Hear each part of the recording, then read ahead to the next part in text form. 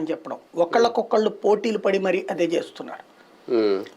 వాస్తవికతకి దూరంగా సుదూరంగా ప్రయాణింప చేయటమే మనకి ఆంధ్రప్రదేశ్కి ఈ నాయకులు చేస్తున్న అతిపెద్ద లోపం, అతిపెద్ద ద్రోహం. మనం కూడా వాళ్ళ ట్రాప్లోనో పడి అదే సముద్రంలో కొట్టుకుపోతున్నాం తప్పించి వాస్తవికతకి దగ్గరలో లేవు, ఇక వెనక్కి కూడా రావు. ఇందులో రాజకీయ పార్టీల స్వలాభాలు ప్రయోజనాలు ఏమైనా చూడొచ్చా, ఏమైనా ఉంటాయా? ఖచ్చితంగా. అంటే ఇక్కడ అసలు సమస్య ఏంటంటే మనం ఆ కళ్ళతో చూడటం ప్రారంభించాక ఏం చూసినా సరే అందంగా కనిపించదు. హైదరాబాద్ అనే కళ్ళతో చూస్తే అమరావతి ఏం కనబడుతుంది, విశాఖపట్నం ఏం కనబడుతుంది, ఒకటి. రెండవది, ఎలాగూ కాపురం విడిపోయింది కదా అనేటువంటి ఉద్దేశంతో అందినగాడికి దండుకోవాలన్నటువంటిది అధికార విపక్ష పార్టీల యొక్క ప్రయత్నం. ఈ ప్రయత్నంలో జరిగినటువంటి మైనస్సే ఇప్పుడు ఎదురవుతున్నటువంటి రాజధాని సమస్య.